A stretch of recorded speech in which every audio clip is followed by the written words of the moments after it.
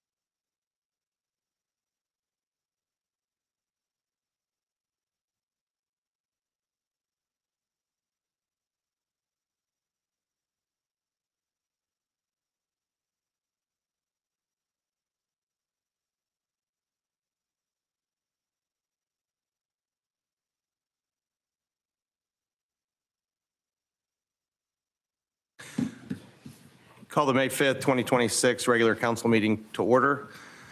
Let's have roll call.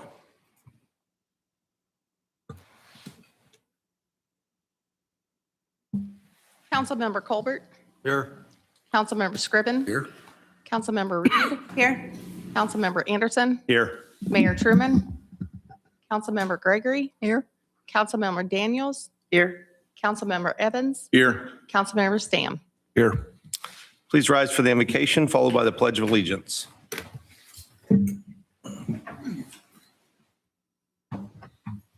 Lord, your word says that where there are many counselors, that there is wisdom. And so, God, I just pray that this meeting would just be full of wisdom, that the decisions that are made here would be just wonderfully beneficial to this city of Valley Center and the people that are in it, and just have your way in it. In Jesus' name, amen.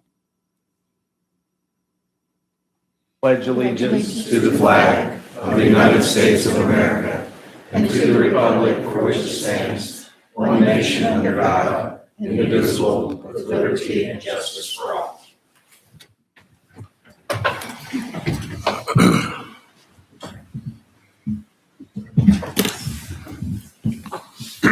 Next item is approval of the agenda. Make a motion to approve the agenda as presented. Second. Cinder, is that technically amended or is it as presented late? The way I usually do it, because you're just now. Okay. Oh. But you can do it. If Nope, your stance that's- is to amend it, you cannot go wrong. If we're within the rules, we're good. I have a motion and a second to approve the agenda as presented. All in favor, raise your right hand. All opposed, same sign. Motion carries. Next item is the administration agenda. Item A, city council meeting minutes from April 21st, 2026.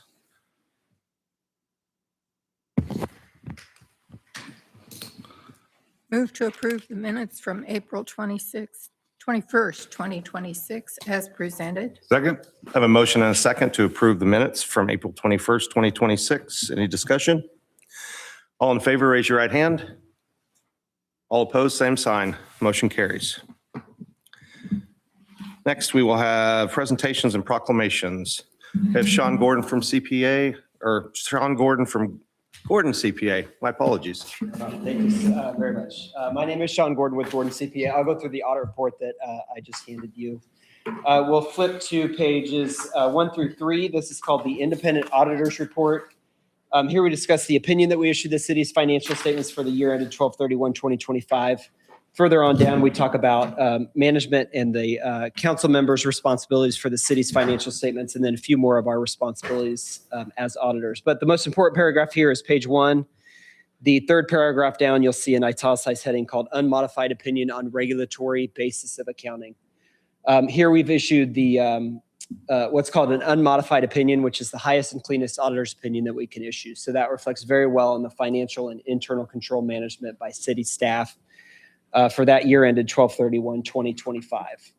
The next section forward, kind of the big section, is page 4. This is called the Summary Statement of Receipts, Expenditures, and Unencumbered Cash. Here you'll see in the left-hand column all of the different funds of the city, followed by, for each of those funds, beginning cash, receipts, expenditures, and then ending cash. And then you'll see at the very bottom of that right-hand column that the city's reporting a little under $16.5 million on hand as of 12/31/25. The next section forward starts on page 5 and runs through page 12, and this is called the Notes to the Financial Statements section. Here we discuss a variety of items, including the different accounting policies that the city follows. We also present information on the different types of deposits and investments of the city, involvement in the Capers and KP&F retirement program.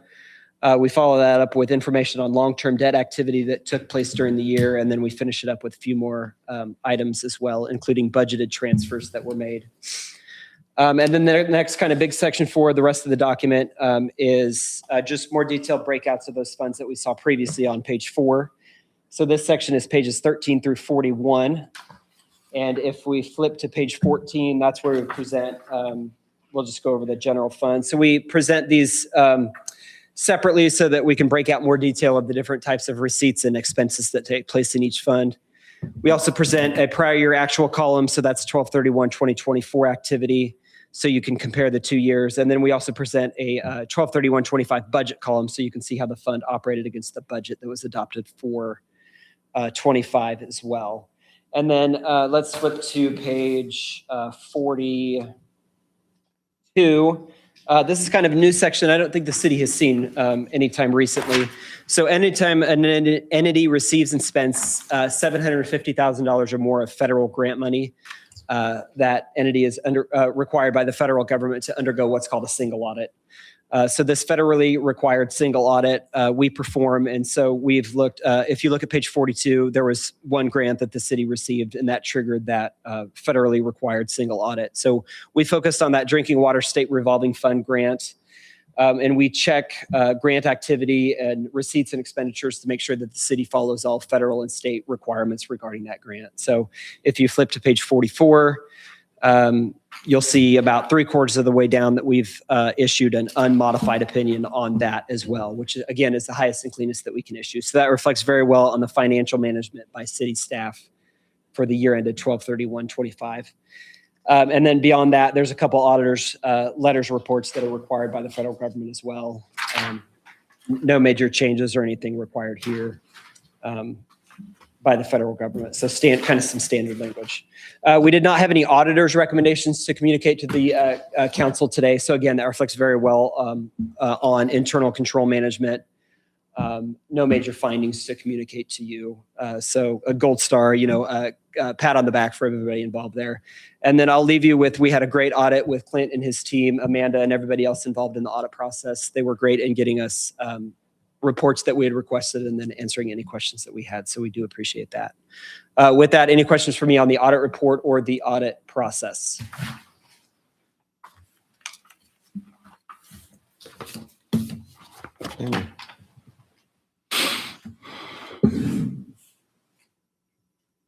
Thank you. Okay, thank you very much. Do we need to receive and file this or anything?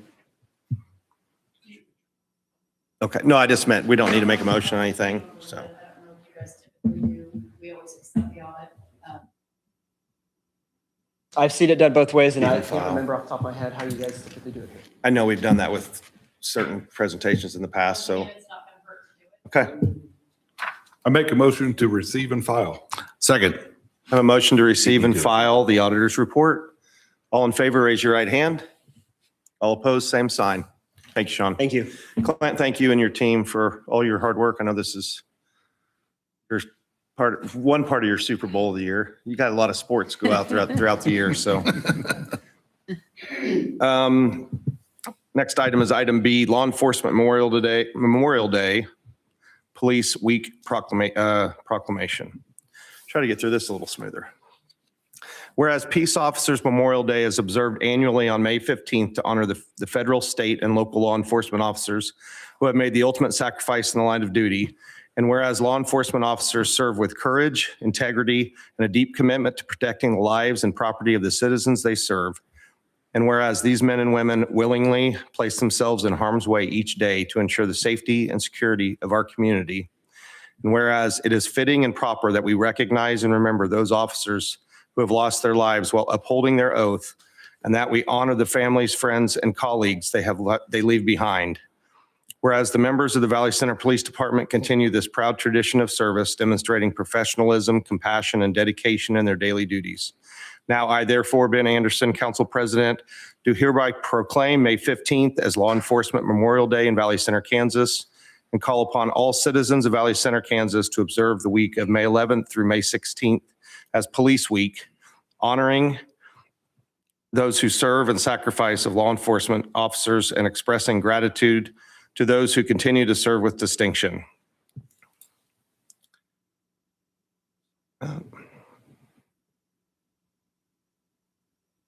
Matt, thank you, and tell all your staff we appreciate them.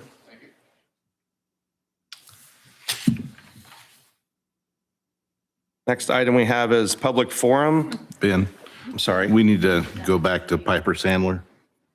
my apologies. Do we have that, or is that that got moved, didn't it, to the, it got taken off the one I was using. I'm so sorry. My apologies. So you have the original. I have it here. So now we need to do the presentation by Clayton Kelly of Piper Sandler. So no, that That- has been moved to ABC. Okay, then that's what I thought. Oh, I No, apologize. that's all right. It's Mine hasn't been updated. odds were it was going to be my fault, so. So we are ready to move on to public forum, correct? Okay. Is there anyone here that would like to speak to an item that is not on the agenda?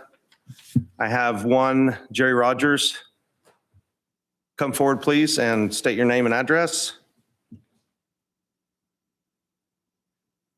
My name's Jerry Rogers. I live at 2 Hickory Court. I've been there since 1998. So I've been up and down your sidewalks quite a bit. If you don't already recognize an issue potentially, I'm here to draw attention to the issue of electric powered scooters and bicycles on the sidewalks. Like I said, I've lived here since 98. It's only in about the past year that I've ever kind of been concerned for my safety when walking. I'm relatively alert. My ears work pretty well. People don't tend to, I don't know if they're not taught, but don't tend to say on your left when you're coming up. I have always done that when I ride my bike or otherwise. But about 3 months back, I was over on 5th Street sidewalk coming south or coming west from Fiddler's Creek. If I had not heard them coming and known not to step the other direction, 25 miles an hour right up my back. I was looking out the window last week and down Emporia, I live over near Emporia, of course, and driving south on the sidewalk, middle of Emporia, e-dirt bike, going faster than the traffic going down Emporia. I mean, these things are not toys. They are, the person who came up behind me was probably 11 years old, maybe. The person on the e-bike was probably 14, 15, somewhere in that range would be my guess. I have a horrible curse of foresight. It's part of my profession, but without even needing that, was it last week, I think, in California, an 81-year-old man was killed by someone, a 14-year-old who was on an e-bike, who ran over him. Wasn't supposed to be riding the bike on the sidewalk, but they were. I know that state law does not classify these particular items as motor vehicles, so there's no state law regulation specifically, but to my understanding, home rule would still apply. There's a potential to regulate them, to do some research to figure out what might make sense in terms of mitigating potential risks. I know that Wichita doesn't allow them on sidewalks, but in any event, I just don't want somebody, I mean, me, again, I'm relatively nimble. I can get out of the way. I can hear things coming. I'm worried about somebody who I see, 15 years older than me walking up and down the street that might not hear it, might not get out of the way as quickly. Somebody's going to get hurt. And I'm just wanting to, that's why I'm here. I think the last time I came here was to talk about an easement 20 years ago. So it takes a little bit to get me on a microphone, unless I got a guitar on. That's a different issue. But I'm just requesting that the city start looking into this and see if there's options to regulate usage and potentially mitigate what I perceive as a real risk, a palpable risk. Because again, be it regulation through wattage size on on a motor. And these things go 0 to 30 like that. If you've ever seen these scooters, I see kids going to school on these scooters. I'm like, that is faster than I could pedal my bike. I couldn't keep up with that. And they're passing cars on sidewalks. So that's frightening to me. That's really all I wanted to relate. So Thank you, Jerry. thank you. Is there anyone else that would like to speak something that is not on the agenda? Seeing no one, we'll move on to appointments. Having none, we will move to old business. Item A, bid award for sale temporary note series 2026-1. Clayton Kelly.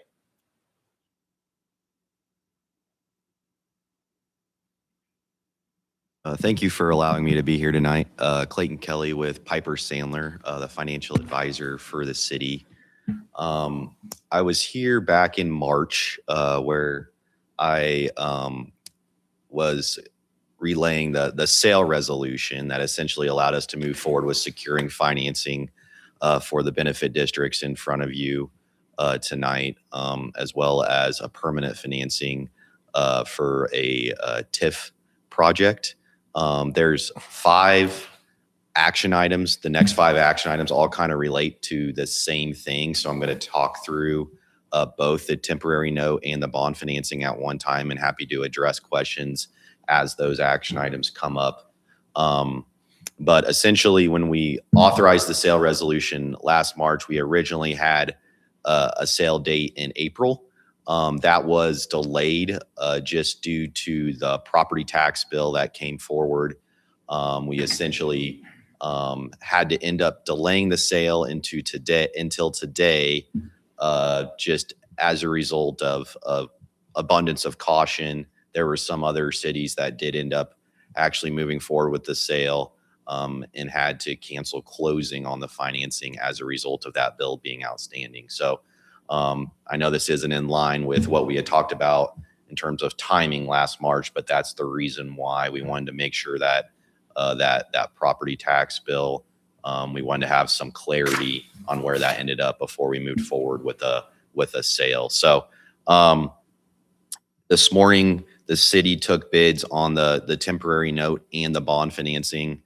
As a reminder, on the temporary note financing, we were setting up for a bid. We kind of run some preliminary numbers to get an idea of what debt service payments may look like on that. Everything we were running was at a 4.5% rate for the temporary notes.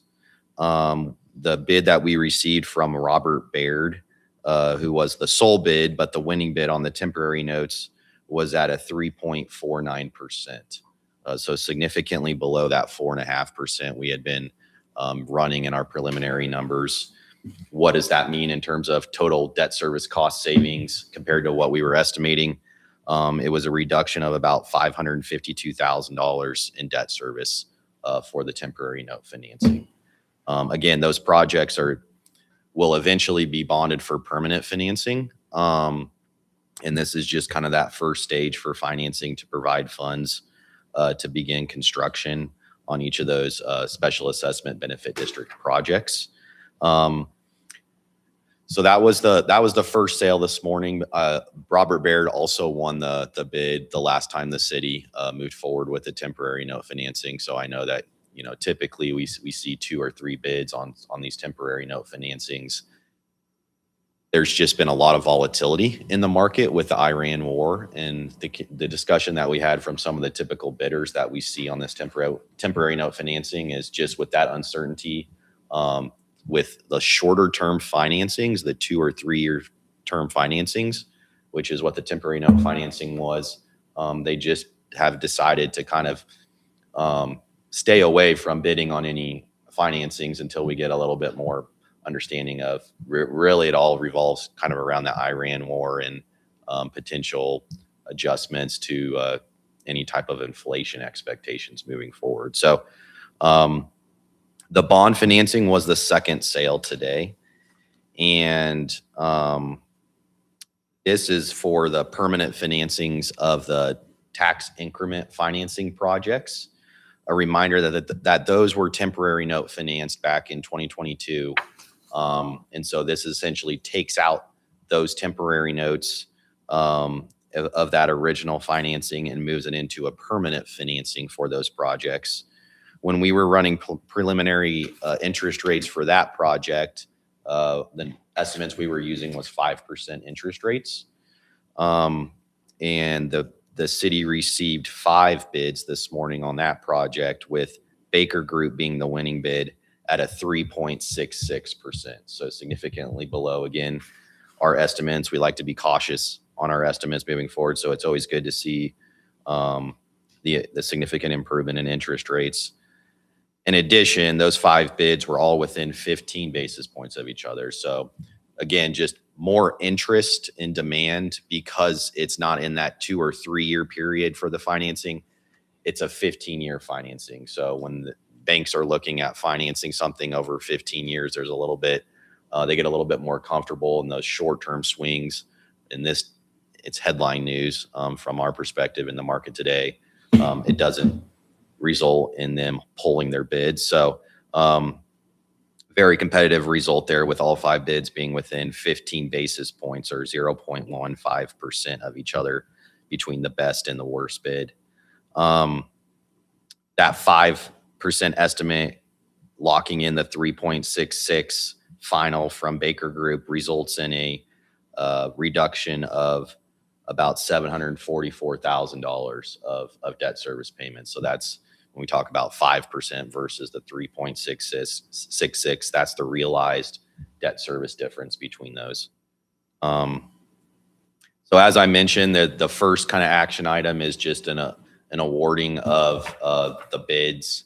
And then we move into a resolution and ordinance action item for the bonds, as well as a resolution and bid award on the temporary notes. So all of that is tied into the sale results this morning that I just shared with you.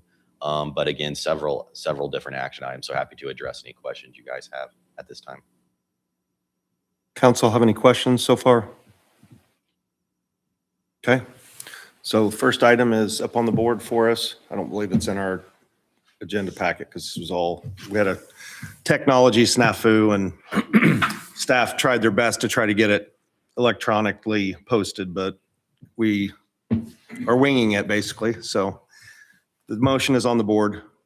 I move that the bid be accepted and that the mayor and clerk be authorized and directed to execute the bid form, selling the bonds to the best bidder on the basis of the bid and the terms specified in the notice of bond sale. Second. I have a motion and a second. Is there any discussion? All in favor, raise your right hand. All opposed, same sign. Motion carries. Do you need to speak on anything else, or do I just need to move through these? Okay. Yep. Next item is item B, Resolution 810-26, authorizing the issuance, sale, and delivery of general obligation temporary notes, Series 2026-1.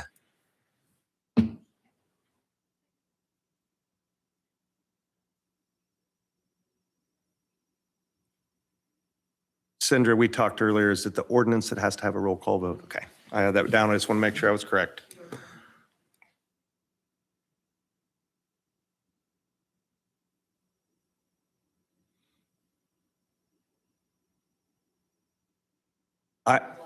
I can, since I still am a council member, I'll go ahead and make the motion for this one. I move to approve Resolution 810-26, authorizing the issuance, sale, and delivery of general obligation temporary notes, Series 2026-1. Second. I have a motion and a second. Any discussion? All in favor, raise your right hand. All opposed, same sign. Motion carries. Item C is the bid award for general obligation bond, Series 2026-1.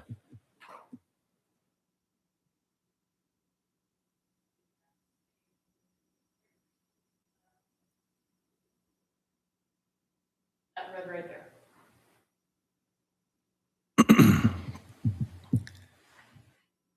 Isn't that the one I just did?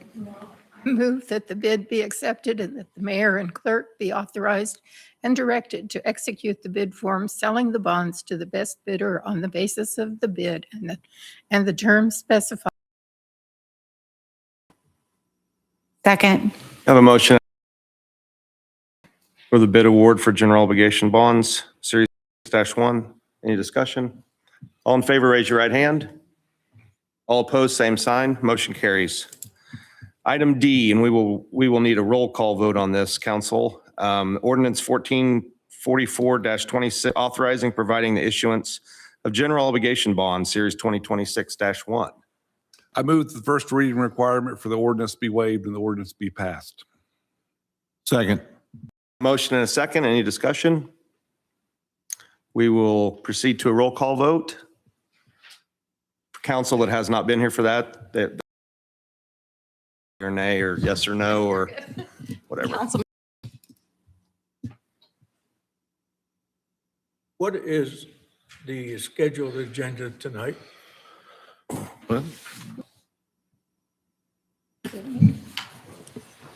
Ask your question again. What is the schedule for tonight, Sandra, can you get the And, updated one for him? that has old this on it? business and new business? Yeah. Hold on. Ron, there was 4 items that were added. They were added, but they were not added on the sheet. Well, they were updated today and they had technical problems. I never got a copy. Okay, they're bringing you one. They sent out an email to us today that explained, or a text, I'm sorry.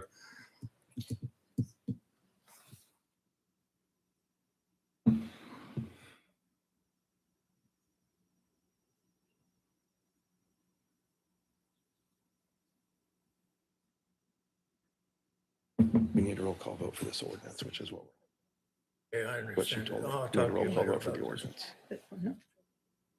Abstain. Councilmember Scriven, Yeah. Councilmember Reed, Yay. Councilmember Ben Anderson. Yes. Councilmember Gregory, Yes. Councilmember Daniels, Yes. Councilmember Evans, Yes. Councilmember Stamm. Yes. Motion carries. We'll move on to item E, Resolution 811-26, prescribing the form and details of and authorizing and directing the sale and delivery of general obligation bond series 2026-1. I move the resolution be adopted. Second. Have a motion and a second to adopt the resolution. Any discussion? All in favor, raise your right hand. All opposed, same sign. I abstain. Motion passes 7-0-1. Thank you very much. We'll move on to item F, discussion of brush pile, continued from previous meeting. Before we have any discussion, we have one person that would like to speak on this item. John Friend, please come forward. State your name and address. You know the drill. It's not your first time here. Evening, John Friend, 3901 Palos Verdes Circle in Valley Center. I've been a regular user of the brush pile over the years. Really appreciate the city providing this facility. It's very cost effective, helps us citizens keep our yards looking nice and the community looking nice. Thank you for all the ongoing efforts and due diligence. It's been done here. Appreciate all the options shown. Just want to share a few comments. In looking at the options, a number of the other cities had used burning as an option. And just curious, and you don't have to answer this tonight, I'm just throwing out some questions. Have alternative locations been looked at for the brush pile facility? Get away from the middle of town and where actually some, when smoke would not be a problem and that type of thing. So I wonder what the other communities where theirs are, how far are their brush, collector locations, how far are they from the center of town and so forth there that were mentioned. Secondly, if another major storm hits Valley Center, and I think we had that here a couple years ago where the city went around with trucks and so forth and picked up limbs from the citizens. How costly was that? And having a brush pile open, would that help alleviate that cost? Maybe somebody can help me on that. We had a big storm here. I think it might have been last summer or the summer before. We put limbs out by the street, and the city very nicely came by and picked those up, helped a lot of people out. That may be something you want to factor into the cost. versus, and speaking of costs, I've been going instead to Brooks Landfill, visiting it. It's substantially more expensive. Last week I paid a $31.85 minimum charge for the visit. I didn't have a ton. It's $44 a ton. Also noticed, if you go there, you may actually need a 4-wheel drive pickup to get around in the limb collection area there. And it's just there's been a lot of mud, squishy areas. So I'm not sure cars or pickups were here.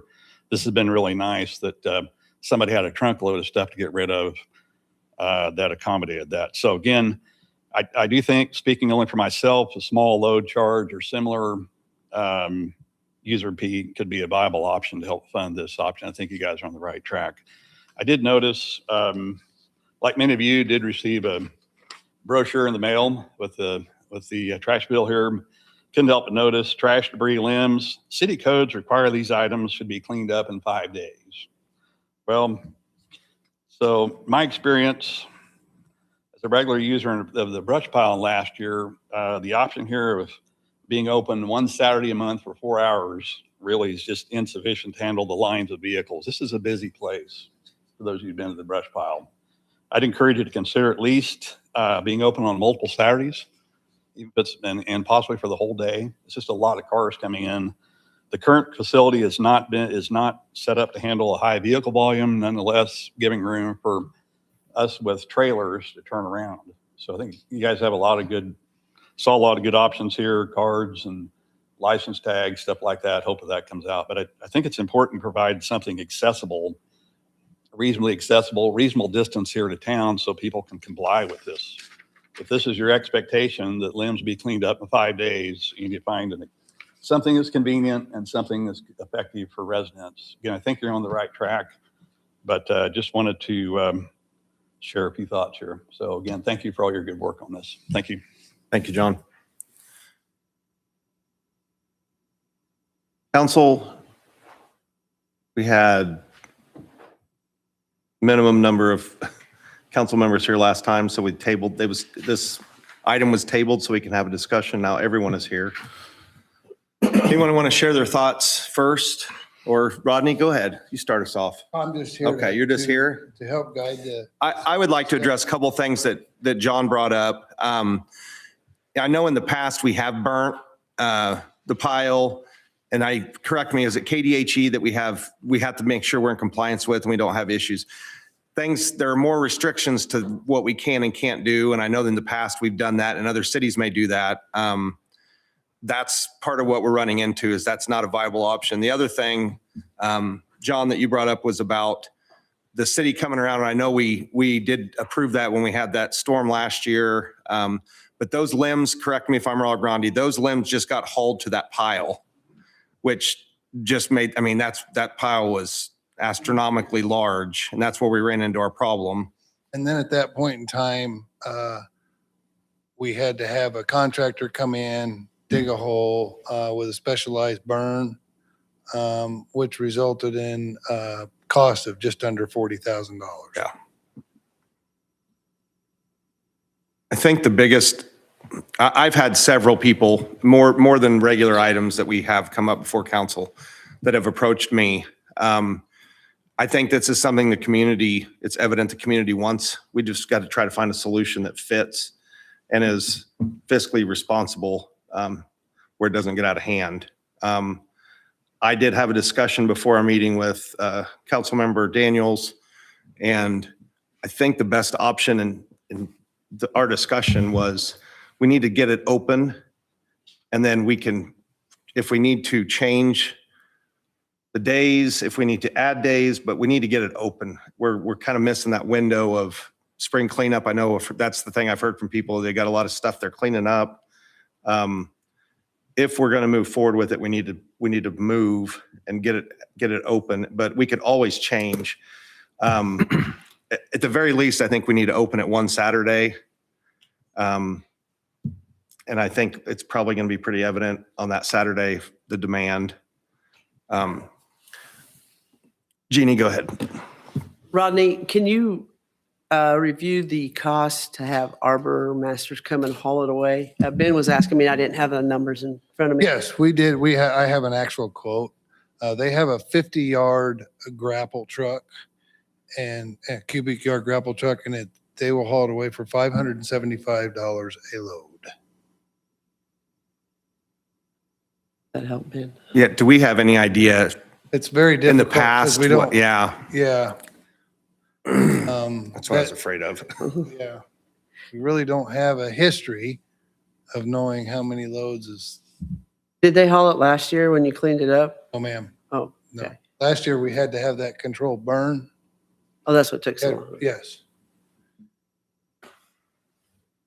Maybe we need to do that again so we can get the rain to come in, because that was part of our problem. It That's what, flooded over Yeah. there. that hindered the burn. Amy? Thank you. Have we completely exhausted the option of burning it, providing there's nothing in there that is against the regulations? Or is that still a possibility to burn at the site? Well, it's always been a possibility. Okay, I thought, Raises many concerns. That This is a decision for the Right. council. We've had many, many concerns, many, many complaints for the smoke. And then our local burn ordinance put some restrictions on us as well, as when we can burn, how long we can burn, getting it fully burned and out. I'm just wondering if we are monitoring it closely and there aren't things in there that should not be burned, is that still a possibility for us to do that? And as long as we're following the regulations, which are extensive, then we potentially could. It is legal. We are still within legal limits to burn. Thank you. I don't know who was next. Matt? I just go back to, we haven't got money in the budget for this. It wasn't budgeted. And I find it kind of funny that a couple months ago, we was talking about the pallet company, about the dust they was creating, but yet people want us to burn. I think the smoke would be a lot worse than the sawdust coming from the pallet factory or wherever it was coming from. Yes, it's been a nice option, but with money being tight coming up the road with unforeseen stuff, we know what's coming up. I am in discussion with the company to provide something like Waste Connections does with us, a coupon to maybe do one pickup load per household up to a certain point. I was supposed to meet with them tonight, but I was late getting off work, so I'll know more tomorrow when I meet with them. That might be an option. Everyone could come here to City Hall and get a coupon to take their limbs for free. Chris? I missed some of the past discussions, so I apologize for that. However, I was just listening to everybody else's comments. I agree that we should open up at least one Saturday and then curtail it or change it how we need to. But I worry because if we open up and don't have a game plan, will we start developing a big giant pile again? And then as regarding burning, I love a good fire, but I don't think burning is really the right way of going with business on this. I think, like you mentioned, Councilman Stam, that we've got some issues with the pallet company, and I just see ash and wind and debris, and I worry about that. Now, outside of the actual cost and the budgets that I'll have to refer to Director Miller on, if we choose to use the contractor to haul it away, the possibility of that pile getting large and uncontrollable virtually goes away. I realize that. We can see it's getting large. We just call them out to have them take it away. What I'm saying is while we're trying to decide what we want to go, if we open it up now and we don't have a game plan, I worry that it will grow. I see. Beanie? So I did some research on some neighboring communities around here, as well as some across the state that are about our size. And most of them will burn, but their site is their city yard is on the very outskirts of their cities. So they have that space that we don't have currently. Every one of them question how they're going to pay for it, but they provide it because it's something that the community desperately wants. And one community, Andover, I think I told you, I think I have it written in the report, is Andover is looking at possibly doing a fee per use or a pay per use. But the bottom line is, if we have to have Rodney's people supervised so that there's not tires and lumber, then we're paying staff. If we put on an honor system, which that's not always a good thing, but then we don't know what we're going to burn. So if you burn, then KDHE comes down hard on you. And so having it hauled away is probably a safer bet. It just costs money. But I think we need to do a survey of the community. Are you willing to do a pay per use? Are you willing to, do a dollar on your water bill? Are you willing to do, and whatever money is earned, not earned, but brought in from pay per use or, on your water bill, whatever. I might get cranky because it's on my water bill because I don't have any brush. I don't have any trees. Oh, wait, there's a storm. Rodney, can you come pick up my brush? Oh, thank you. So the whole story is, I've talked to a lot of people in the community who have voiced their opinion both for and against the brush pile. And the bottom line is they don't want it until they need it. Then they want it, and they want us to pay for it, or taxpayers, not us, taxpayers to pay for it because they don't use it regularly, but they do want the service in case there's a storm. So how do we solve that problem? I don't know. But if you're going to use it regularly, like John, you use it regularly, if we did a survey, would you be willing to say, hey, yeah, I'll pay a small fee every time I come? Okay, well, how are we going to do that? Are we going to put it into a computer program where we charge you? Are you going to put one of Rodney's guys over there to collect $1? I mean, so there's a whole lot of things that have to be looked at. And every city that I talked to had looked at some of the issues and compromised and said, okay, well, we'll open it one day a week, or we'll open it 2 Saturdays a month, or we'll have our people sit down there and babysit to make sure you're dumping and make sure you're from the city. I mean, you live within the city limits. And that seemed to be more of a trend, to have a city employee look at your water bill or your utility bill when you pulled in. Okay, yeah, you can dump. No, you don't have tires, you can dump. And then the city was willing to pay for, well, they burned it, but they had to manage it. Or I think one city hauled it off. But there are a lot of things that need to be considered. And the bottom line is, you can't make everybody happy all the time. So I think a survey across the city that says, hey, if the majority says we don't want a brush pile, we're not paying an extra $1 or $2 on our water bill, or we're not going to pay to have pay per use, then obviously we don't need a brush pile. But if we have a large majority that say, yeah, we'll do something, we'll pay extra, we'll do this, then I think we as a council and a city should find a way to make it happen. Amy? Yeah, the whole reason I asked about whether or not we could still burn it is because of costs. We know that's significantly less. And in my opinion, we are up here as representatives of the community. And the number one thing I am hearing is I don't want to increase taxes.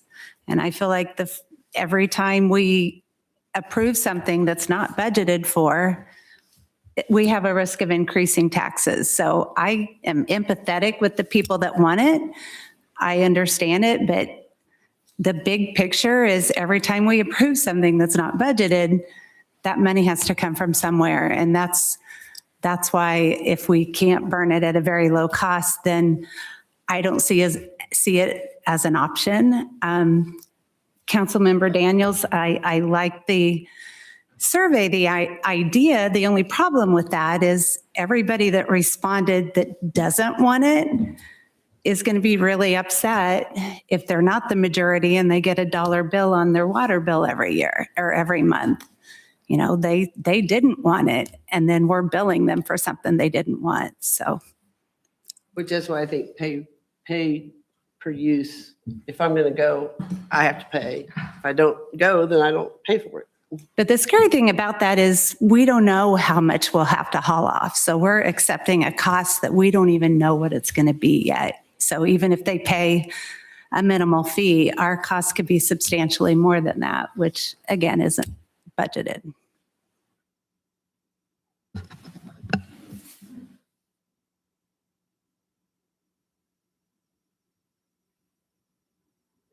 John, would you like to come back up, address council again? I appreciate that this isn't budgeted, but if you've got an expectation that people are supposed to clean up their yards, you've got to provide a cost-effective and reasonable solution. But is $31.85 minimum charge to Brooks landfill? Is that reasonable? Probably not for every visit. Secondly, I appreciate that it's not budgeted, but how did that happen? That's been here. It's been budgeted every other year. How did that happen this year? It's conveniently not in the budget. I think it's been provided, but we've found ways to pay for it. I don't think there was a budget item for it, which is where we ran into trouble when we had the large pile because we had to come up with the money to dispose of that. I'm just saying, I think before you make a decision, try to take a longer look at this too. Again, your expectations are as citizens to keep our yards cleaned up. Help us out here. You've got some options. Survey the community. A lot of people would. Otherwise, what's going to happen 2 or 3 years down the road? Now you got piles up around town, codes enforcement's out driving around in white pickups, flyers on people's doors. So short term versus long term. So I hope you'll consider funding this, user fees or others. I think it's a good move. You guys have done a lot of good work on this, I know. So, thank you. Thank you, John. Ben. Yes. Come up and state your name and address, please. Mark Burks, 3433 West 81st Street North.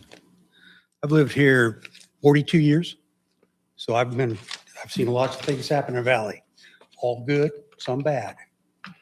If I remember right, some time ago, Sedgwick County would come up here and shred this stuff for us for free. But we let the pile, didn't manage the pile, get out of hand, and they quit coming up. So we ruined a good thing for us by not being managed. Just like this is not being managed now. We let that pile get so big and it cost us $40,000 and we didn't take care of the problem. This thing's been closed to September. I've been to 3 meetings now on this and we have not gotten anywhere on this. So does it keep on going? Do we make a decision? What is it? I mean, that's the thing is it's frustrating for people because that's all I hear about from people. When's the brush pile going to open? When's the brush pile? I said, I don't think it's going to open. Well, we really need it. Then we got this flyer in our mail, okay? And I had to laugh at the trash debris limb. City codes require these items should be cleaned up within 5 days. I drive up and down Main Street for 6 months. There's a pile as big as that table right there by Main Street. Nothing's been done about it. You drive down Ash Street, right across from the elevator, there's a house. When I drove by, I never drive it that way, but I drove by and I'm like, oh my God, this is in Valley Center? Supposed to be a bedroom community?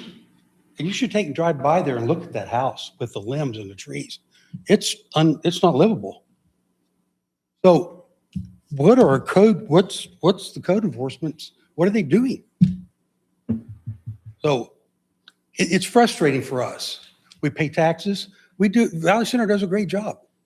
It's a great community. But this hits home not having this brush pile. You know, staff it for 2 days, 2 Saturdays. Pay a city employee. When I drive up there with a load of brush, I pay $5. I pay $10. I'd be more than happy to. Keeps our city clean. It gives the city money, pays for the employee, and it gives us money to get rid of the materials. The fact is that there's things dumped in there, and I've seen it lots of times. Decking, somebody's tore down their deck, threw it in there, tires and whatever else. When the city employee comes over, I've seen them, and they just push that stuff up into the pile. They shouldn't push it up in a pile. They should drag it out of the pile. Again, mismanaged, and it ends up costing everybody. And this is where we're at, because we've mismanaged it and we haven't done a good job of taking care of it. Fix it, fix it and make it go away. So it's just frustrating as a taxpayer that something this simple can't be resolved. So like I said, most people I talk to, like John, paid $32 to go to the dump. He'd be glad to pay $5-10. But you think about the elderly people that they're a limited budget. They don't, they can't afford a lot of it. They probably don't have a pickup. They may be putting in the back. I've seen them come over there with their SUV and drag stuff out of the back of their SUV at the brush pile. So they go down to the Brooks landfill to get rid of it. It's $32. Plus it's all the way down there. So we've got to come up with a resolution to fix this problem. And I think we're able to. We just had to do something about it. So that's all I have to say. Thank you, Mark. Thank you. I don't want to say anything. Amy? Rodney, I had a question. Mr. Friend brought up a suggestion of an alternative location that maybe the burn would not be as, Discussions, and we have been researching alternative locations. Don't have a whole lot of city-owned property available. but it's possible that we might have a different location, or it's not. Right now, no. Okay. Amy, I've seen in other communities, the biggest problem is access, and it's got to be fully enclosed, or you're going to have people driving out to it and dumping it after dark.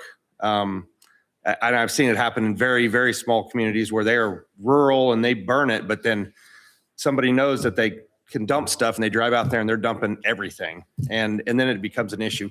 Part of it has to be that we keep it contained and we have access to it that can be shut off.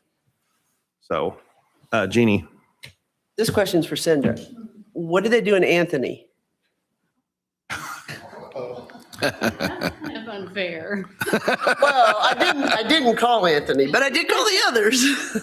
No, of course.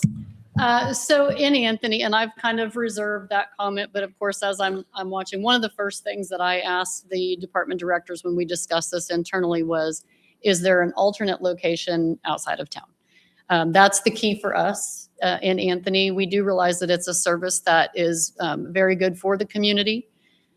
We also realize that being able to burn is the key to saving cost. And we have the same problems of regulation over things being dumped there that can cause us our KDHE permit.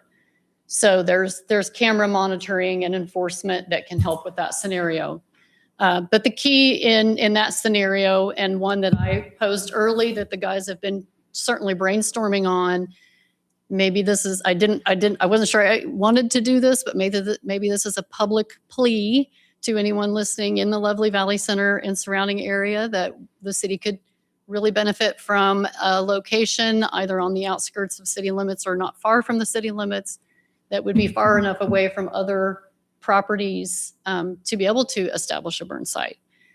That's what worked for us in Anthony, was that we did not have the additional costs. And a couple of things that I might kind of mention in helping with some of the public comments tonight, which we are certainly thankful when the public comes. So thank you. And we really are. It's good to hear from the public. But just a couple of comments to help with those. I know one of the questions that was asked is, why isn't it budgeted now? Again, it's not the budgeting difference now. It's that the method of disposal changing, which is incurring the cost. So again, if you're back to burning, which has been the historical method, which is why we don't have something budgeted for this, is because we didn't have the cost historically. We didn't have the cost for access because we've been using staff and mostly unmonitored. And is that a correct way to say that? Which then is what's triggered into the illegal dumping issue. So it gets bigger. Sometimes I want to address the nuisances just a little bit too, just from a public standpoint, not because it isn't relevant, it certainly is, but just keeping that on the playing field that it needs to be. The nuisances that are in play from city codes are there because we want our community to look good. If something isn't followed on nuisances, it's such a different category because those kind of violations are going to trigger cleanups that are going to be assessed as specials against a property. That is such a different area that we want to keep separated. And I think what's wonderful about the comment and trying to tie it together is that people that are trying to be responsible need a place to go. And I think we all acknowledge that without tying nuisances into it, because they're really different beasts. There's so many people that are being publicly responsible with their own properties, which is the heart of that, not having to have that enforcement, but they're just needing somewhere to go. And I think we hear that public cry. I don't know that there's an alternate location. The other thing that you probably need to keep in all these little pieces of decision is that the current location, when I came to work here, I was told is potentially going to be platted for an industrial park. I don't know how true that is, but certainly it's something in the consideration of your longer term planning here that you also want to be thinking about. Packing it all the way back in. What do you do with today? I would say you've got some steps. Number one, do you open it? Do you just open it and find a way to manage? Number two, are we going to burn or haul it? And maybe we just take it in these little steps. Do we get it open? What is the worst case scenario of opening it?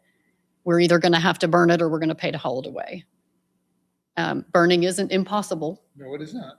And it's something that it would be nice to know, maybe by some survey, I don't know, that will the public accept smoke on certain periods of time? That's the bad thing about it being located in town, is that when we are getting rid of it, you got a public nuisance that isn't very friendly. Is that something that the public is willing to deal with until we can figure this out in some other way that's non-budgeted and isn't incurring additional costs to the citizens? I don't know. I don't know if I'm even helping right now, but do you want to open it? Yes or no? Are you going to burn or haul? Maybe you take another 30, 60 days to figure it out. One last thought, and then I have gone on too long. You'll never ask me what Anthony did again. One last thought on that. You guys know from the last meeting, for those of you that weren't here, we talked a little bit about staffing it with city employees. That one's harder for me, not because I don't recognize the need for it, but because I'm always balancing lots of different thoughts on operations at the same time. And our guys have to go out enough as it is to maintain our infrastructure. I hate to have them out there for those reasons, but an alternate solution, because we're always finding ways to solve problems, not just coming up with barriers. Maybe we find a volunteer or a part-time person that we pay, just not a city employee, which of course is a cheaper way to handle that need. Somebody might want a part-time weekend job for 2 weekends a month. I don't know. That's another avenue that we could consider that's far less costly than a city employee. Maybe there's some great citizen that wants that job for a while. Just some additional thoughts to throw out there. You can have camera monitoring. You can burn. We can maybe hire someone else to monitor that. Just throwing out some random thoughts to help maybe get something moving. Mike, or I'll sit back down so you guys can have the mic back.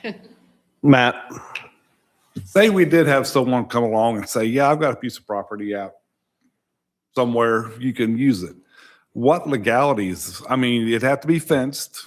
So, and what if that person said, yeah, you can use it, but then a year later it said, oh, I'm gonna build a house there. You need to get your stuff out of there. How does that work when it's on private land and it's being used for public? That's going to depend on the method of how we obtain the use of that. So if it's something that someone would let us potentially buy cheap, we're talking about not a large area of land, and we would focus on a non-usable area of land. We don't want to impact someone's ability to use some good piece of land for a good purpose. But if somebody had something, then you're looking at options. Are we looking at purchasing it? Of course, we're weighing out costs, because if you can go there and purchase it for a minimal amount versus having to pay to haul it off for 5 years, you're probably still money ahead. Or perhaps it's a piece of land, they don't mind letting the city use it. So we obtain some form of an agreement or an easement of use with a timeline on it that would have to be guaranteed for a certain number of years. There would be lots of options to work through, but it would have to come with some form of guarantee that our investment would be guaranteed for a certain period of time that the council would be seeking. And I like your idea of volunteer or part-time person, but I've been in a lot of stuff. A lot of times people say, oh, I'll do it. Then that Saturday, oh, I don't feel like doing it. So then they don't show up. So then people go out there thinking it's going to be open. So how many volunteers do you have to back up each person? The volunteer part might work for a while, but then it just kind of dies off. Yeah, I mean, I would really lean more toward a paid part-time little position, because again, that's going to be a cheaper option than a staffed city employee. But you're right. Volunteers are much more risky and could mean that it's not open at certain times. A staffed person, kind of like your summer mowing folks, we pay for summer mowing staff, or well, I don't know if you guys do now, you hire about everything out on your mowing, don't you? But a lot of times cities will staff summer mowers or seasonal helpers. It's very similar to lifeguards. You just hire them for a season, and you have a contract. If I may, yes, burning is still possible. As in the last discussion, we discussed different caveats and different hoops we got to jump through when we're burning. You know, we light it on fire and we get a complaint about smoke, and then we get told to put it out. Wind's burning, if the wind is blowing in a certain direction, then we can't burn because it's going to blow smoke this way or that way. So some of those details come into play with letting it get out of hand. We did use the county. I have spoken with the county, and they actually request to let the pile get large enough. So when they haul that big tub grinder up here, they're not hauling it up here for a half a day. They want to bring it up here to where they only want to bring it up here once or twice a year. Rodney, does that cost us when they No. bring that tub grinder? Okay. But we would be at their mercy of, Yes. and then we're back to square one of And then you have, what do you do a with the huge chips? pile. And if they can't get there, and And then you create Okay. a big pile of chips. council, I think we need to probably decide without a vote if the discussion's even going to move forward, kind of an informal, do we feel like we need to keep the brush pile? And if that's the case, then we need to move forward with how and how often. Rodney, I did have a couple questions. Would it be possible to commit to opening it on a day? Would we be able to staff this in the short term for a Saturday? Do we have workers that we could Staff it how? open it and monitor it? Well, Do we have staff available? That's question one. I think we would have to require it for them to be here on a Saturday. I think that would be a decision for you. I'm not sure how that's going to be I just want to know received. if that's available. If we decide we want to move forward with it, do we have staff available? I'm not saying we do. I mean, is there enough staff that if somebody would volunteer, do we have to pay them overtime for that? Or is that something where they get off That would be. those hours during the week? I don't have enough staff to. Okay, and that was would my be question of, so we would be paying an overtime. Yes, sir. Okay, that was my question on that. I think Amy had hers first. Amy, go ahead.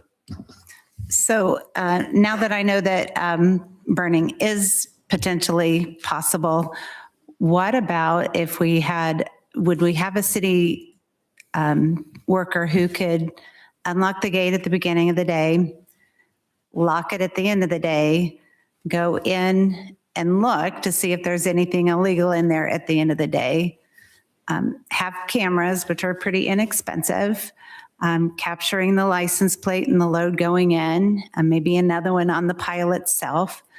And what else was I? Signs that say that it's being monitored 24 hours and a day, and that violators will be prosecuted.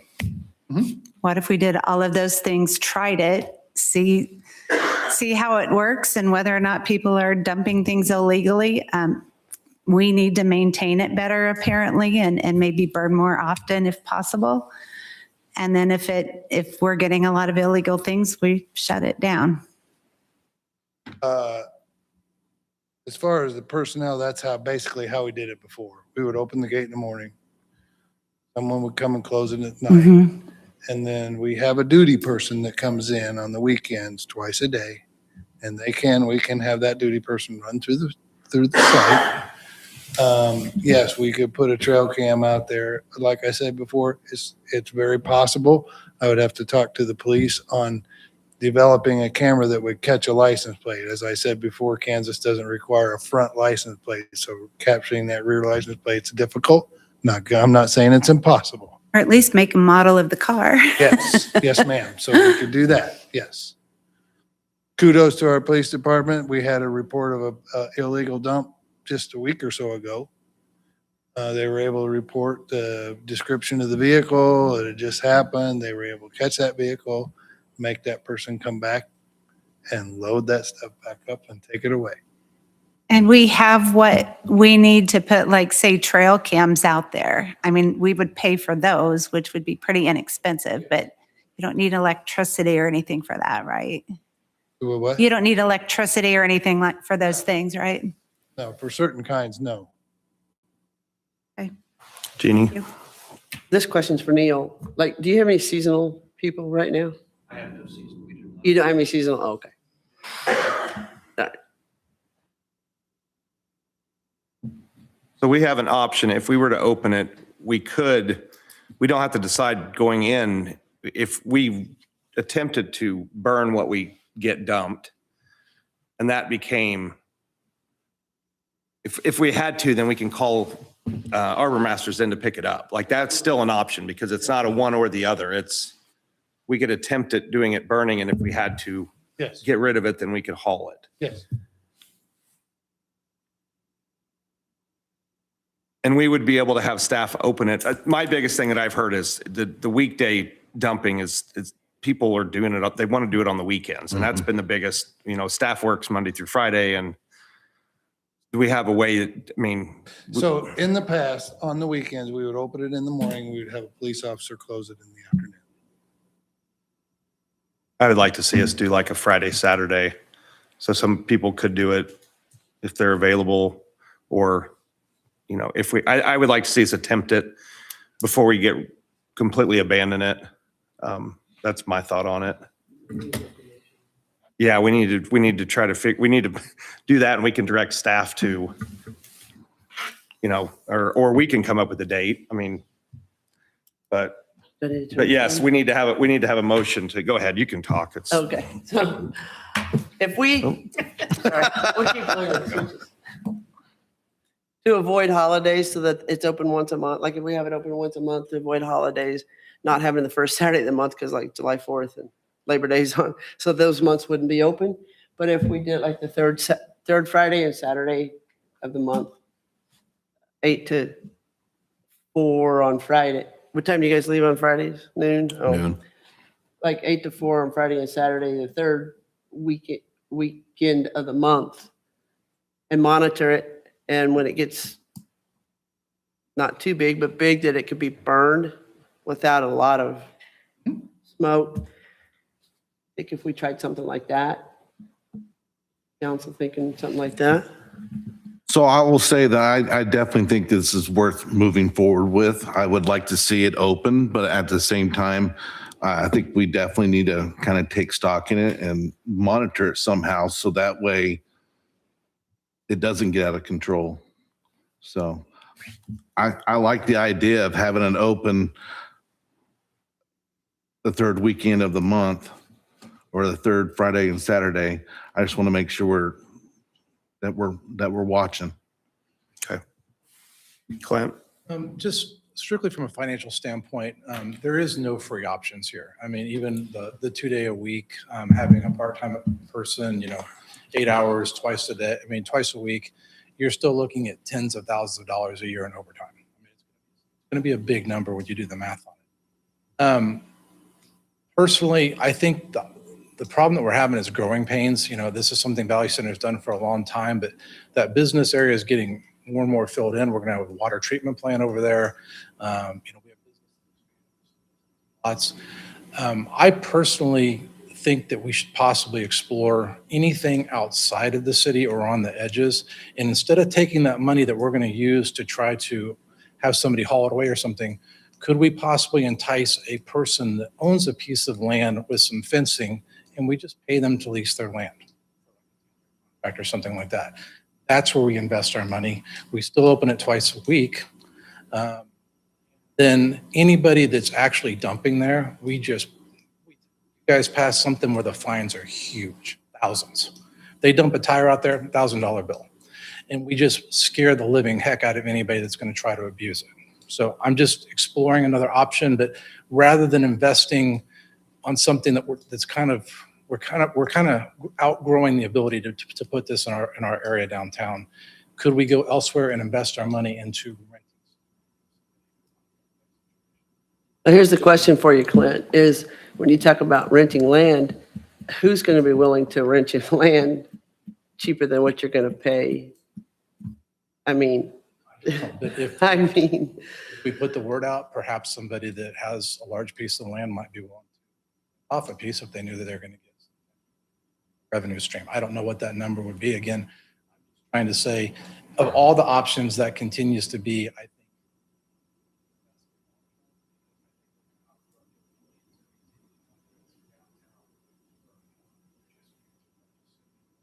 and the comp plan said that we're going to double in the next 10 to 15 years.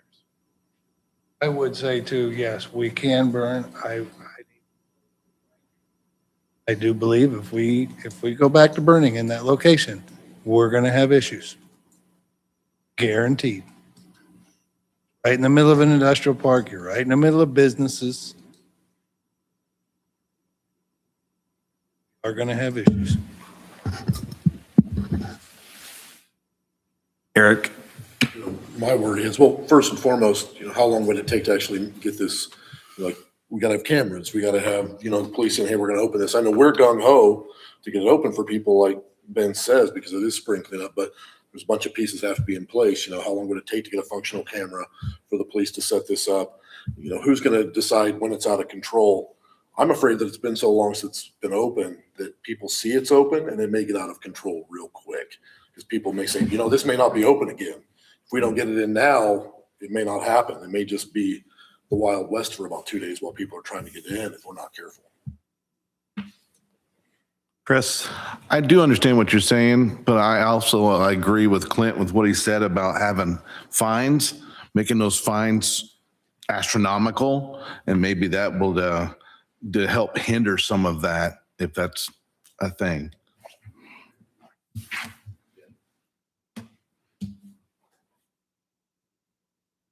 Rodney, how much space do you need? 5 acres, 10 acres, 20 acres? What are you talking when you say I need space outside the city? Oh my goodness. I'd have to really take a good look at how much space we're using now. Down the pile, basically get in and out of the pile.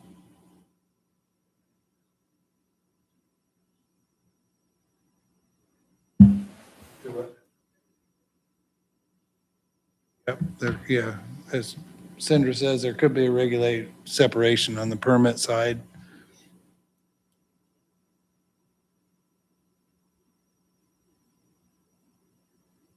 Yep, just as one resident said, it's a great option, I think, because you're going to have a one-time cost. You find someplace else to do it, you're going to have a one-time cost. Build a good, solid entrance, pathway in and out, so we don't have. But my staff can do that. Chris? So why don't we go ahead and look at what we can do today to at least try to start, and then we can start at least try to get it open, and then make those movements and hit those pieces as they come to try to figure out a better way of doing business. If we can solicit and see if anybody's interested, giving out some of their land that we can purchase from them. I mean, let's just at least start doing something. So you're saying two things, open it in their current location, Mm-hmm. and then But research looking at alternatives. Yes.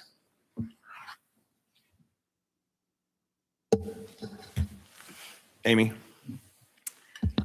The only problem with doing that is now we've heard that we cannot burn there. So we are most definitely incurring a haul off cost No, if we do it. We can or we cannot burn. Saying It's you gonna will- go back You are and gonna forth. have issues. We can burn, I'll do whatever I'm directed to do. But legally, we can burn there. Yes, sir. Okay, If I may. chief, Uh, please. Yes, please. Yes, we can burn there, but the piles that it's been, how big it's been, that's where you're gonna get all the ash, the smoke, everything that everybody's complaining about around that area. And limit it to a smaller amount. We're talking maybe burn it 2 or 3 times a month. Be able to regulate it down to a small amount. Nick, if we had it opened a Friday and Saturday once a month, would we be able to burn it from that dump before the next month that it was open? Yes. Would that be doable, Rodney? Only time you wouldn't be able to do that would be in April. Right. Right. No, yeah. Complete burn ban. So that could fall into, And I honestly don't know that we need to have it open every month. We might as well, if we're going to do it and have it a regular thing, then they get used to that. And I understand that's where you were going with that, Jeannie. I think that's a good idea. But I think as a compromise, that leaning towards try it. I mean, we have gates, we have locks. Sandra, go ahead. Sorry. No, just, I think Chief is right. They are both standing in the same position because the reality is you can legally burn it. And then the reality is that it's hard to make those days match up right. I'm not saying that to deter you. I think you're headed in a good direction. So keep going in that direction. But as with all things, just make sure that you do understand it could be between one opening to the next that we don't get the right conditions because it's weather dependent. There's going to be a lot of things that have to be right in order to burn. There is that possibility. I still don't think you should change course, but I just want you to be aware there could be a point where we couldn't burn it in that window and it might get a little bit bigger. I still think it's worth doing it, but I just want you to be aware of that because it's got to be condition favorable in order to legally do it, which is probably why he's hesitant because it's hard to find conditions. But it's absolutely right that when it happens, we can get it done. And it's also of such a great idea that often we can do it to keep it down.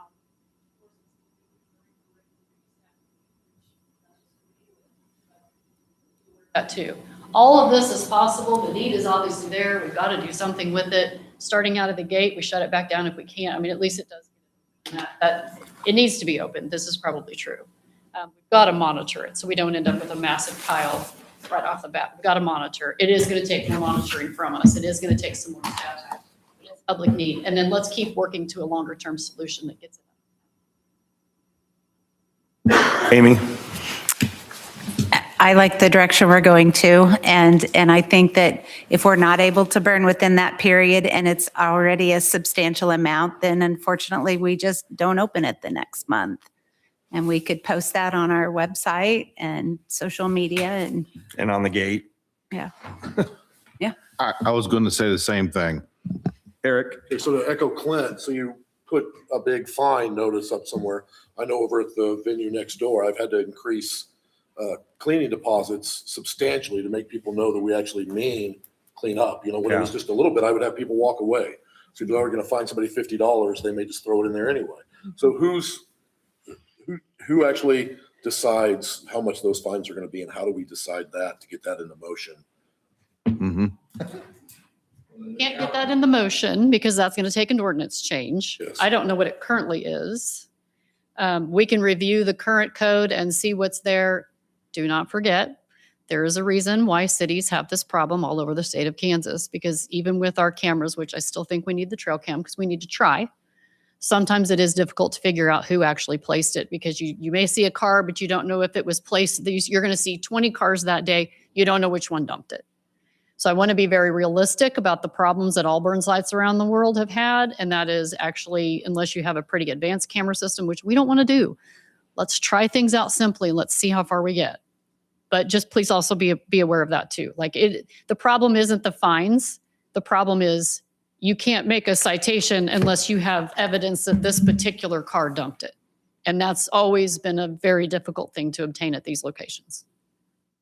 But we can still do it, and we can still get a fine, and we can still post the fine. And I think that's still helpful. And then if we can somehow actually catch someone, then it is possible to do that.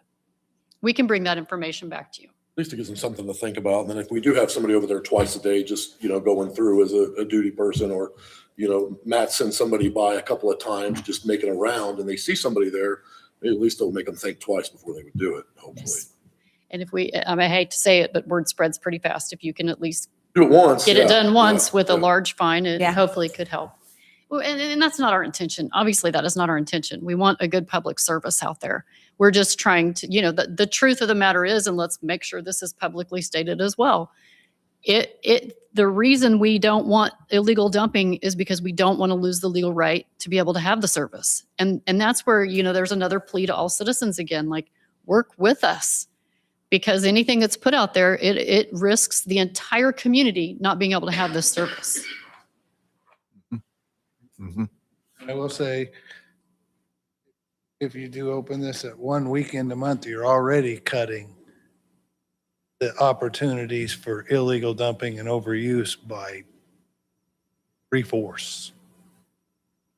Rodney, is there any reason we could not open it next Friday and Saturday? Would be the third weekend of the month.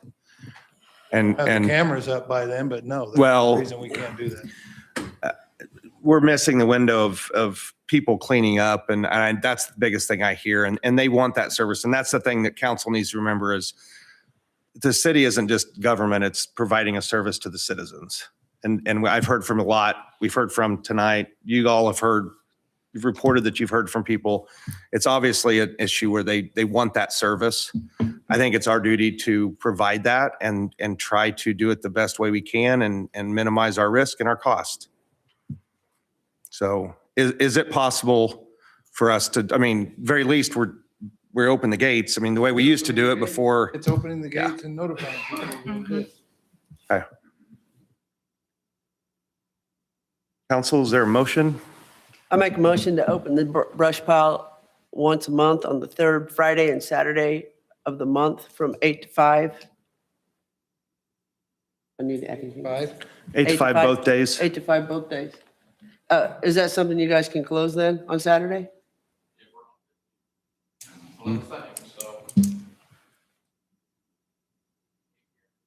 Right at 5 o'clock. Is there a second? I'll second it. I have a motion and a second for us to open the burn pile location on Fridays and Saturdays, the third weekend of the month, from 8 to 5. Is there any discussion? To clarify, third, that will be Friday, the 22nd. Oh, is that First Memorial Day? No, it's the 15th is the third Friday, according to my, Oh, thank you. yeah. Okay. Okay, my bad. Yeah, I I was looked at like, my wait a calendar. second. I Yes, was it trying to is. count. Are we still gonna, even though we may open at this next one without cameras, are we still gonna work on that for the week for way? things I like think that needs signs to and be things? the direction that staff is Look given. into whatever ordinance it would take to hang up fines and things like that in the process. In my mind, this is our short-term solution, and we need to examine long-term solutions that Clint brought up and talked about. But I think we go first time and re-examine it at the meeting following that. Sure. And we report back to us and, Absolutely. okay, we have a motion and a second. Any further discussion? All in favor of the motion, raise your right hand. All opposed, same sign. Motion carries 7-1. Thank you. Thank you. Thank you, council. Item G, bid award for abatement mowing. All right, good evening, council. So this is last year, you guys extended the contract from 2024 for these services. That contractor has since moved out of state. And so we did go out for bid again to do abatement mowing and debris removal services. So this is for any nuisance property. Typically, most properties, when they get a notice from the city, are cleaned up within the appropriate timeline. Last year, I think we had 8 nuisance properties that the city had to abate, and the year before, I believe it was 7. So it's not a high need service, and it is a little more fun for this one to bid because most companies either mow or do property cleanup. They don't really do both. But we went ahead and sent it out for bid to see if we could get a company that would do both, and we did have one response to our RFP. That response was from Hall and Order out of Newton. They submitted bids. They're a little bit higher than what our previous bids were. Basically, between the contractor and city staff, we determine what grade the lot is. And in your packet, there was the definitions that they look at based on how tall the grass is, how much of the yard is covered in debris that are not just grass. They work with city staff to make that determination before they abate the property. And then they bill the city. The city then sends a bill to the property owner. If that bill is not paid by the property owner, it does get assessed to their property tax bill. And so eventually the city should collect those funds. So it might not be within the same budget year, but this based on the property tax collection, these services should essentially be covered by the property owners, not by the taxpayers at large. I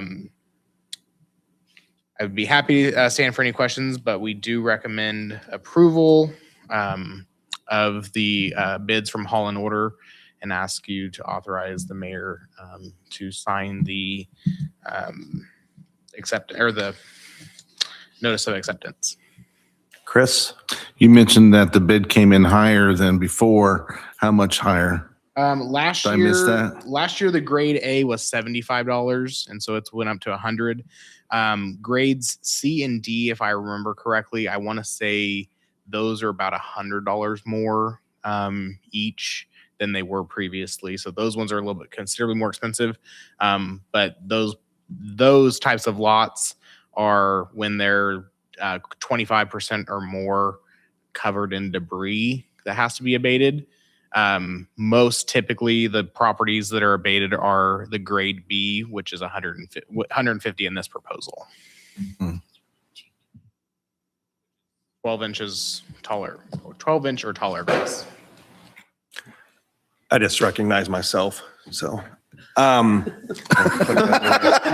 as someone who performed this in the past, we provided a bid way back when my younger days.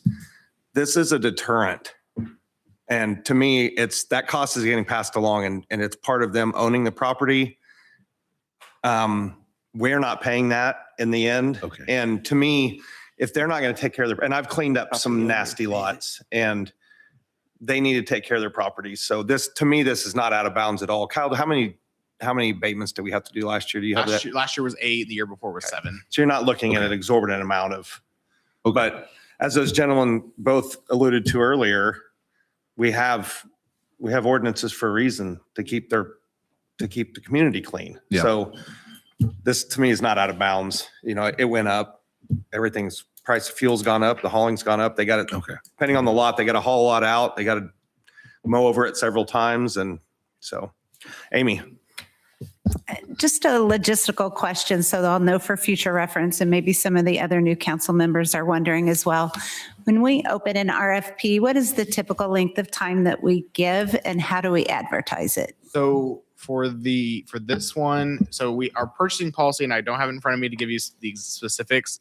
We have a tiered, based on the amount of the contract or the bid, or what we expect it to be. There's different ways that we look at the bid. So I think if it's over 20 or 25,000, it's required to be posted for a month. And then it has to be open.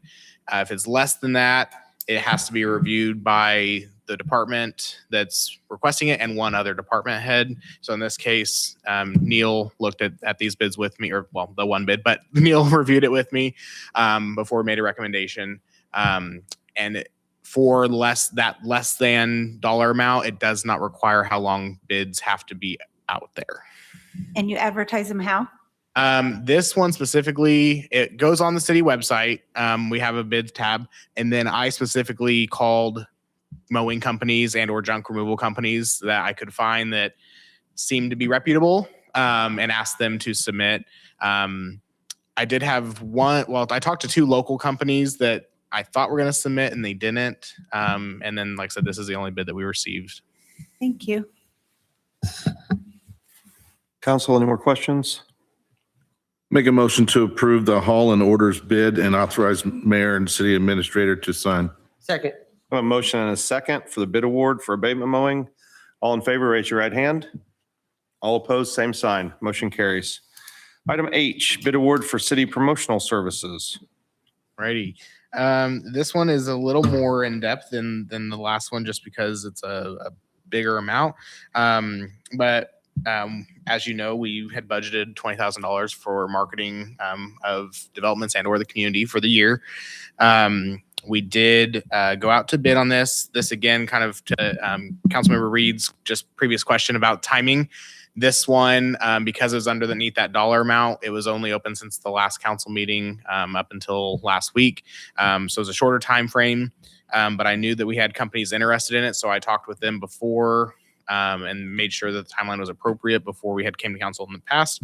A couple of those companies they were very engaged in the process and they ended up not submitting. We only had 2 actual submissions. And one was KSN, one was KWCH. Both of their proposals were very, very similar in service provided. What it came down to when we reviewed this, and again, Neil was the department head that reviewed this with me. When it came down to it, our recommendations based on the number of impressions that we're going to get for the money.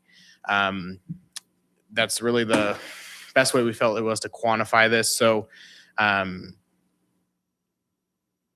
when you look at the 2 bids, KSN had budgeted basically, and it's on the screen, about was it $13,000 and then $7,000. So I had asked for an optional. Actually, let me just go through it quick. So display ads are ads on websites. So Realtor, Zillow, it's an ad online that they can view, they can click on. Pre-roll is going to be those ads that maybe when you're on a streaming service and says, watch this ad before you can continue. So it's an ad that you can't skip. That's what a pre-roll ad is. A CTV ad is another commercial, but it would play during the programming, potentially could be skipped. And then the TCV is what you would consider a traditional TV commercial. So they specifically look at when do you want these to air, what programs do you want them to air during. And so those can get very expensive depending on when you want them to air, which they don't necessarily need to be aired during the Super Bowl, but they depending on what's on those traditional commercials can be a lot more expensive. KSN basically budgeted to spend the entire $20,000, including $7,000 for traditional commercials. The KWCH proposal included the traditional commercials as an option, was spending about $19,000. It came to actually determining what the cost was. We divided what the cost proposal was with the number of impressions and came out the per impression cost. And that's how we figured out who we were going to get more impressions from for our money, if that makes sense. So with this, KSN will provide us more impressions for our money. Our RFP was worded so that they made a proposal based on what they felt was in there as an expert in marketing, what they thought was the best for the community. We still have the ability, we're not tied to doing 4,000 in display and 4,000 in pre-roll. We can say, let's spend 6,000 in display and 2,000 in pre-roll if we determine that's the best way to spend the money. Both companies, we would be able, and I don't want to say it's unlimited, the number of ads that we'll get, but they both basically told me if we want 3 commercials and we wanted to focus one on housing, one on amenities, and one on streets, they could produce 3 and they're all included. There's no additional cost. It would just we might get 1,000 impressions on one, 400,000 impressions on another, just depending on the content. And the same with the display ads. They can create several different display ads if we want them to look different on different websites, or if we want them to promote different things, different months of the year. They give us some flexibility in that content creation. But with this, staff is requesting to spend your authority to spend $18,000 with KSN based on their cost per impression, because we get more impressions with them, and allow staff with Syndra kind of being the point person to make the final agreement with KSN on how that is going to look. That would then reserve $2,000 approximately of our budget to potentially spend either in certain print advertisement and or potentially do some commercials on PBS. So I know that's been one thing that several council members have expressed support for PBS. And we've had conversations about, do we sponsor them this year? Do we not? And we don't necessarily have to do that, but if council felt that that was, they really wanted to still see us doing something with PBS, we could put ads that we specifically want on there. Right now, we don't necessarily have as much say over the commercial that they generate. So this way we would know exactly what is being produced and promoted on that network. And when I mention print ads, so for instance, when Wichita Area Builders Association does the home show, they have a magazine that they produce spring and fall. We have the opportunity to buy ads in that. We've done that in the past. The Ark Valley News has opportunities to, sponsor different local publications. And then the school districts every now and then have publications that are made for larger events that they have, where people are coming in from other communities that we have in the past put ads in. And so it's a smaller budget for that, but it would allow us to still have some leeway to spend on some of those other streams than just digital media. I know that's a lot of information. I'd be happy to stand for any questions you might have about this. And Gina? This is for a year? correct. This is just for 2026. Correct. And then we've had preliminary budget meetings, but when we come back to council, it might still be in the budget, for next year. But this is specifically for money to be spent during 2026. Money to be spent that's already been budgeted. Correct. Yes. Council, any additional questions or comments? Just a small one. Go ahead, Amy. I love how you put in the RFP who the target audience is. Will KSN be able to tell us where they get the most views from that target audience?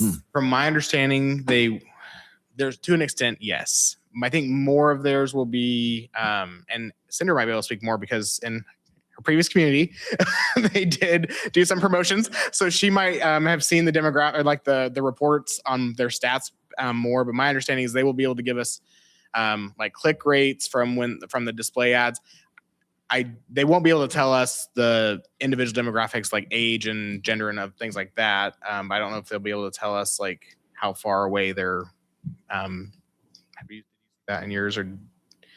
So I will say that I would be hesitant to say because this wasn't the bidder that you're looking at wasn't the same entity we worked with. So I don't want to represent what they may or not be able to do. But the entity that we worked with, they were able to target areas based on what you were specifically trying to market toward. They did have the ability to do that.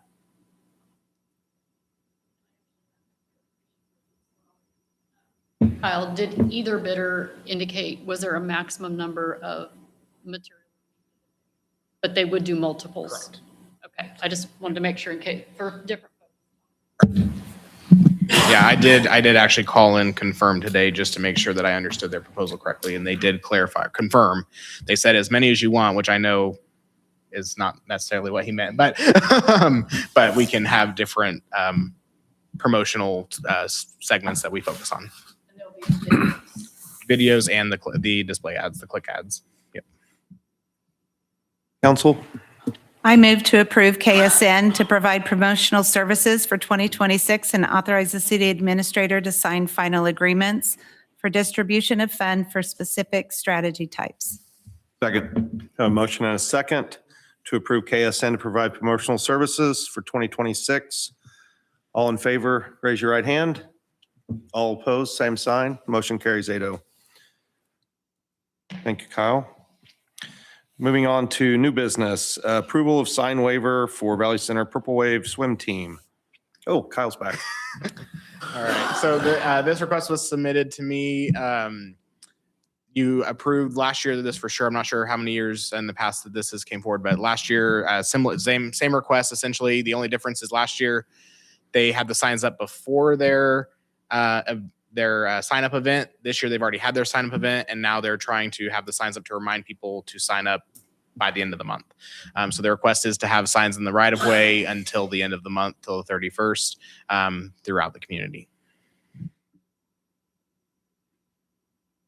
Council questions, comments, motions? I make a motion to waive the placement of the public right-of-way of sign regulation for the Valley Center Purple Wave Swim Team for 6 weeks prior to the end of May 31st, 2026. Second. A motion and a second to approve the sign waiver.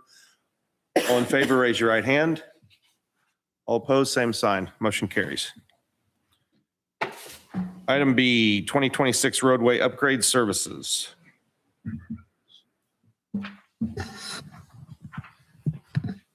Okay, good evening, council. So we did receive 3 bids on our roadway services RFP.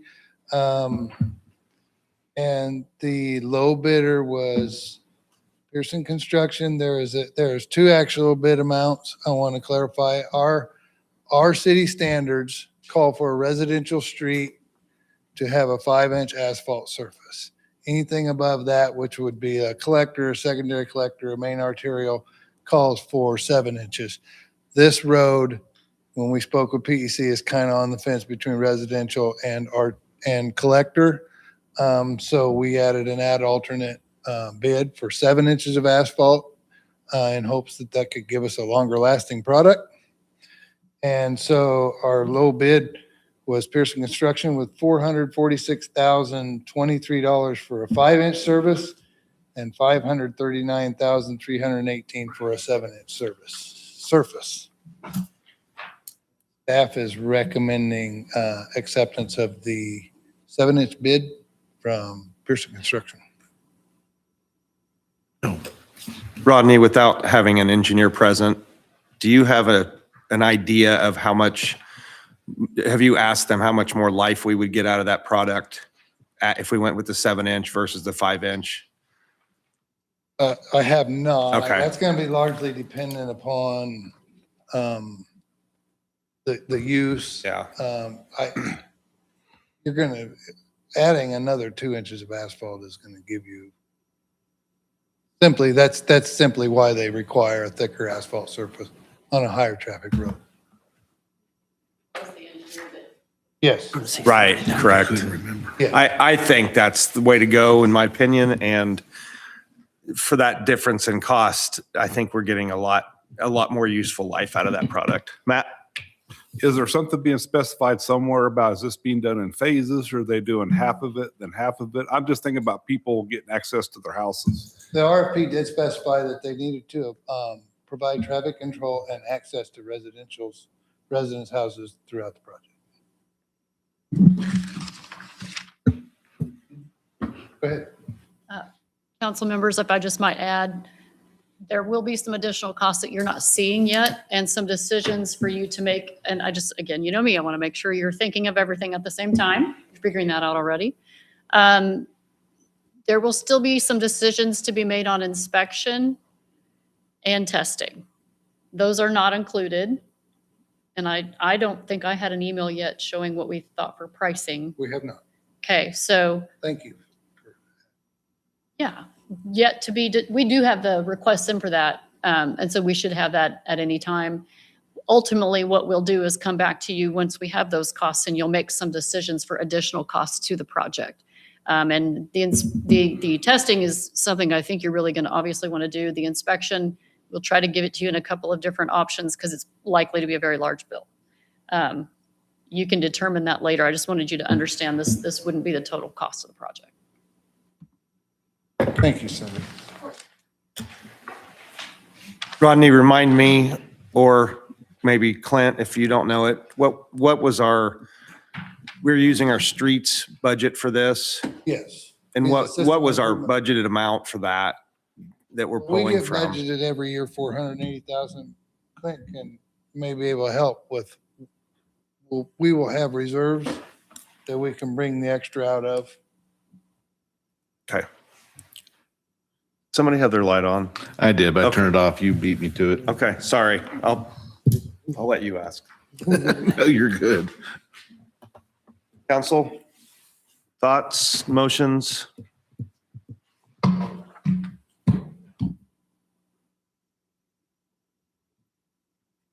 Go ahead, Chris. I have another question, but maybe I'm just missing this completely. If we're expecting more costs to come with inspection and testing, is it possible to wait to vote on this until we get everything so we know what we're looking at on all three?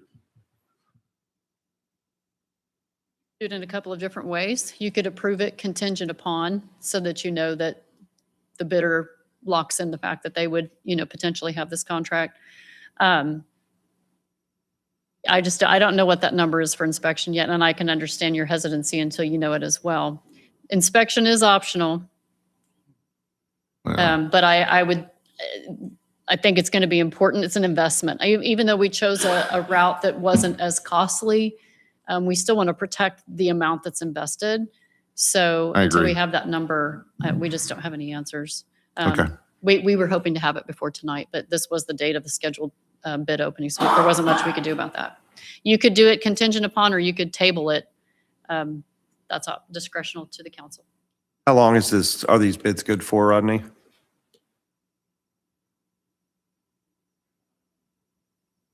And I will say, while you're looking at that up, inspection is not an option, and ask Bel Air. Oh, I can only imagine, so I agree, yes. The above price is good for 30 days, And that was open when? the 23rd. I'm sure I can always call So them. that'll get us to the next meeting. Would we be able to have inspection services cost by then? I hope so. Okay. It's going to be a little tricky because if you remember, we've taken a kind of an as-built approach on this, so there's not an engineering Right. plan.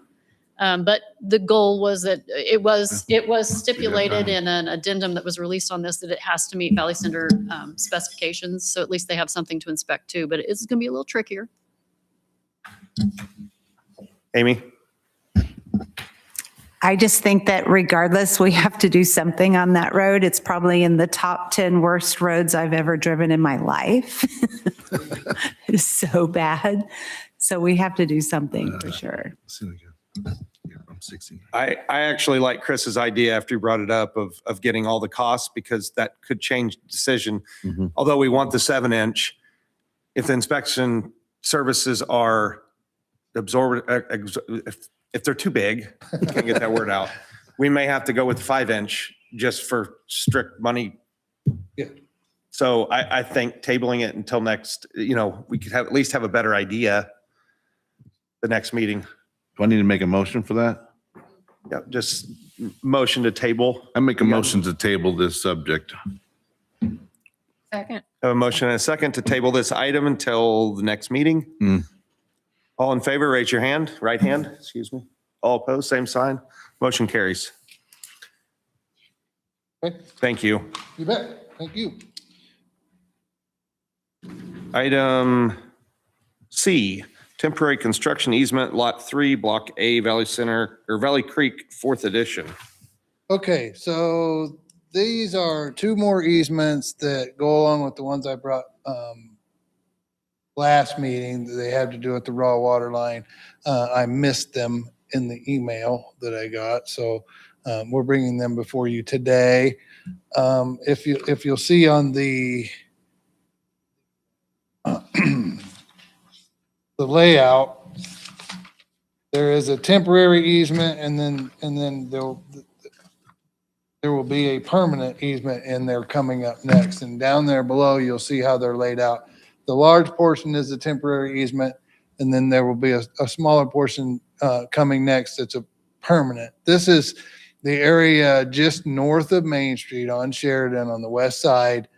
This is actually where the raw water line being built down Sheridan will tie in with the existing raw water line. And so there will be a valve in there. There'll be a tie-in, some other things there. The temporary easement is giving us area to put equipment in, dig holes, do our work, and then that'll be restored.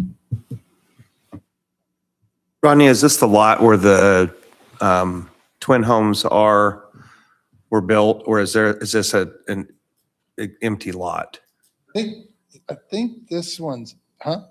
Is it a fourplex? I thought, There's a fourplex in okay. there. He says, yes, there is a fourplex. All right.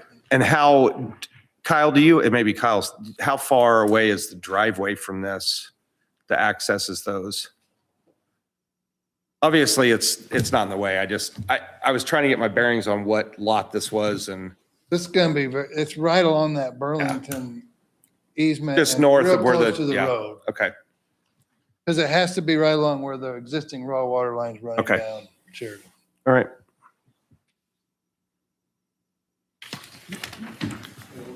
We are recommending approval for the, for the offer for the temporary construction easement in the amount of $1,332.09. And authorize the mayor to sign. I move to approve temporary construction easement in the amount of $1,332.09 and approve the mayor to sign. Have a motion and a second for temporary construction easement. All in favor, raise your right hand. All opposed, same sign. Motion carries. Item D is permanent Yes. easement of this same area. Council, in our packet, the motion says temporary on this, so we will need to make sure in the motion that we specify that it's permanent easement. As I stated before, the reason this is a permanent easement and is because this is where we're tying in their valves and equipment being put in this area, so.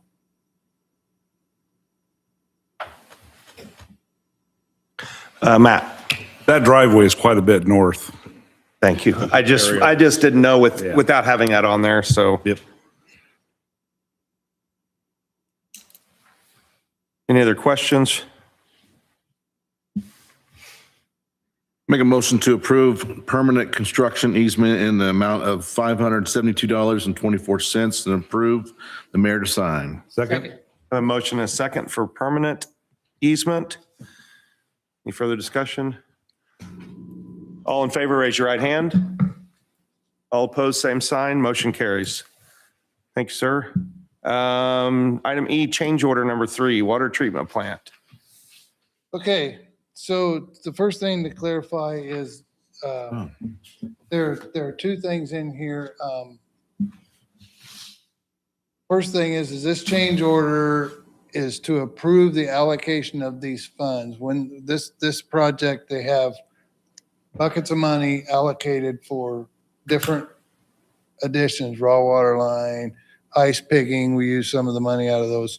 And so basically, this change order is to approve the use of funds for raw water line and then casework in the bathrooms and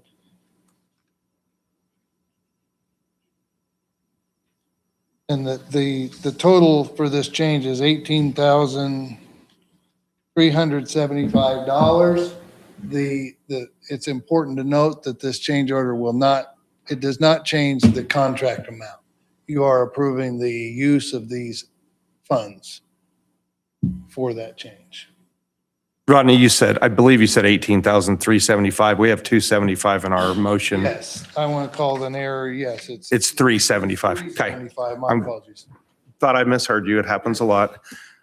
And that was going to be the question I asked was, we are not, so what was our budget for these items? Is this under budget, or is it not that way? I mean, we're basically approving a draw to Yes. use these You're- funds. You're approving a draw from Okay. a fund that was allocated for these. Okay. types of- Do you know what that Oh, fund, okay. is this above, below?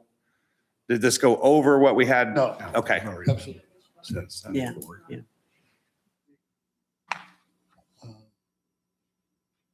The break room and. So we have a raw water line bucket and then we had a, yes, so this 18,000 comes from the raw water line allocation fund. But the change orders for casework. Council questions? Make a motion to approve the change order number 3 in the amount of $18,375.00 and approve the mayor to sign. Second. I thought it was It's 375. 375. That's what he Okay. said. There was a typo on that. Oh, Motion and a second. Any further discussion? All in favor, raise your right hand. All opposed, same sign. Motion carries. Thank you. Thank you, Rodney. Item 12, consent agenda. Sorry, who gave the second on that motion? Gina. I'll start making them raise their hands. That's all right. I move to approve the consent agenda as presented. Second. Have a motion in 3 seconds to approve consent agenda. All in favor, raise your right hand. All opposed, same sign. Motion carries. Moving on to staff reports. Kyle. All righty. I just wanted to let you know or remind you the farmers market starts this week. We have one food truck and 15 vendors signed up for this first market. And we have 20 or 19 other markets coming later this year. So come out and support local vendors. Thank you. Neil. Oh, Matt had a question. Sorry, Kyle. I don't do this very often, so I forgot. If someone wants to bring a food truck, do they just show up or do they contact you? They need to contact me first, preferably. I'm bringing a hot dog cart. Please get your city license. Neil? Good evening, members of council. A few meetings back, we had a presentation in here from local Disc Golf Pro, Logan Harpool, who worked with the city and to spearhead replacement of the McLaughlin Park disc golf baskets and raise funds for those sponsorships. He walked in here, he had the sponsorships essentially once it was approved. I just wanted to report on that project. It has now been complete. City staff worked with him to get the holes punched in the ground and the old equipment out, and his group came in over the late last week, I guess it was, and over the weekend, and finished that project up. It looks great. They've been getting good reviews through their disc golf community app, I guess. And I guess there's been folks out playing it, so very well received. Just wanted to report that that's open. We will be doing we're working with the chamber right now to schedule a ribbon cutting for that event later, or for that new course, and do a grand opening officially a little later this month. We haven't nailed down the dates quite yet, but we're working diligently to get that figured out here in the next few days.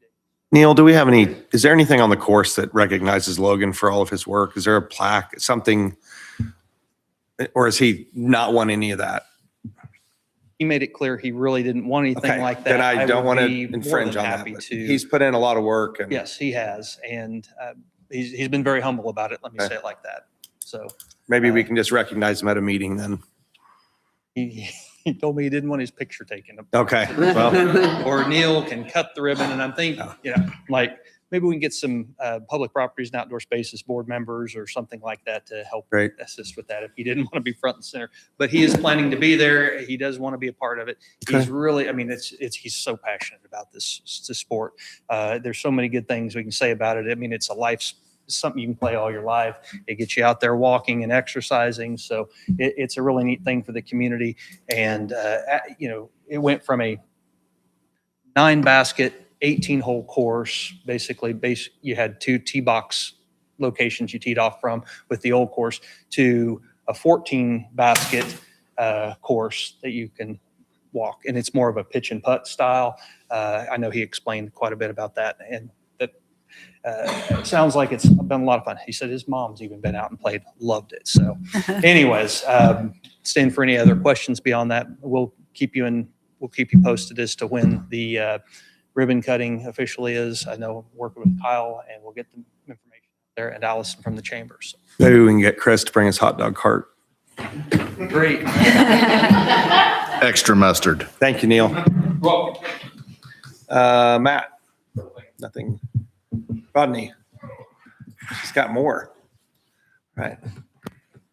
So this week is Public Services Appreciation Week, and we did have a little get together at Public Works today, a luncheon. It went well. We had pretty good turnout. Thank you to everybody that helped. And thank you, Cinder.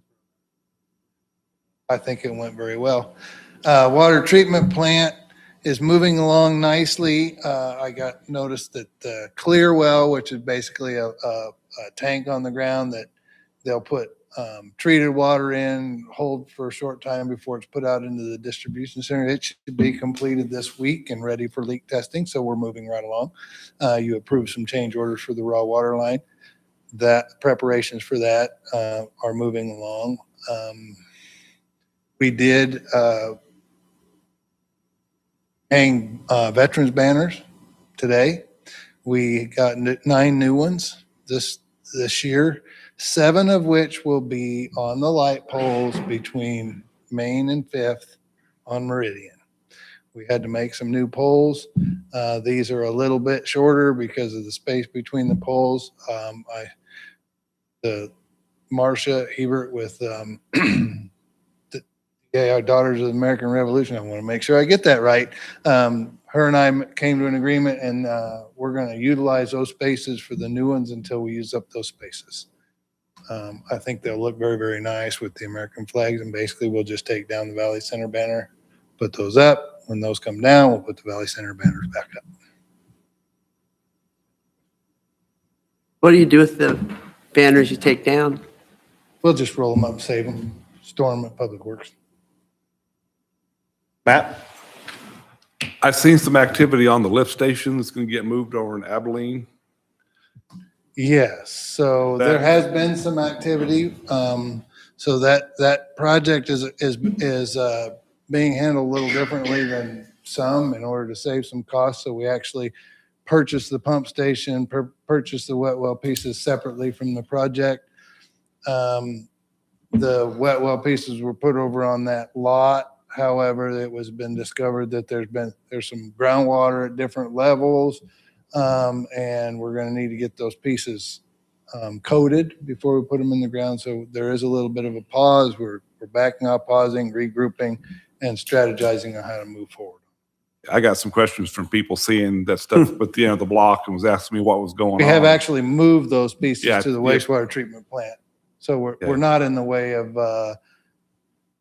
construction on that private lot. Any other questions? Thank you, Rodney. Barry? Janice? Yes.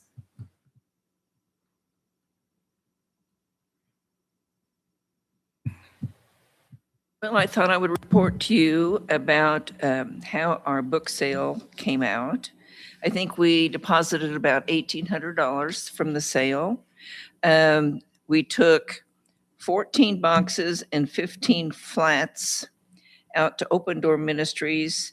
The jail picked up 12 flats and 5 boxes, and we had given 1 box of books for senior bingo. We sold 2,269 books and gave away 523 on that last day. So we felt like it was pretty successful for this time. We'll have another one in the fall. And the other thing I wanted to share is that on Tuesday next week, we're going to have a webinar, and it's going to be on, I think I need this definitely, and it's on the art of graceful aging. Like I said, Sign me up. So it'll be about a 45-minute webinar. And I'm going to go ahead and buy donuts. So hopefully I can get some of the seniors to come and sit in on it this time because they're a hard sell. I mean, a really hard sell. Janice, what time is that? 10 o'clock. 10. Yes. So that's all I have. Thank you. Clint. Amanda. Sandra. I actually want to thank the staff for the employee appreciation today, because even though it's an employee appreciation for them, they're the ones that did the hard work to clean the shop, bring the tables, bring the chairs, pick up the food, clean everything up. And so it was an amazing event. I'm very glad to have had that. Thank you, council, for supporting such an amazing thing and supporting staff the way that you do. And thanks for everyone's hard work today to pull that off. I appreciate it. The only other thing that I would mention is we did have a public comment today about scooters and dirt bikes even in town. I just wanted to let you know that we have had some of those discussions at staff meeting because especially with Lloyd and I wouldn't say that any kind of a decision has come out of that yet, but certainly an awareness and some brainstorming. If you want us to pursue that further and bring any information to you on that, let us know. But know that it's a topic of discussion for us as well. That's all I had. Thank you. Moving on to governing body reports. I guess I go first. I will say I knew that there was probably something important going on today when I saw Rodney and Kyle loading tables and chairs in a pickup. So thank you all for your hard work, and we appreciate our staff tremendously. Ron? I have nothing. Eric? Nothing. Amy? I just want to say I'd love to get more information about the scooters thing. I was walking at the park the other day and about got ran into from behind. So I would like to look at that as well. Thanks. Gina? Just a reminder, the farmer's market, Kyle already mentioned that. That's coming up. And the SCAC meeting is this Saturday at 8:30 in Park Cities at the Senior Center, new Senior Center. Jeannie? I have nothing. Chris? I have nothing.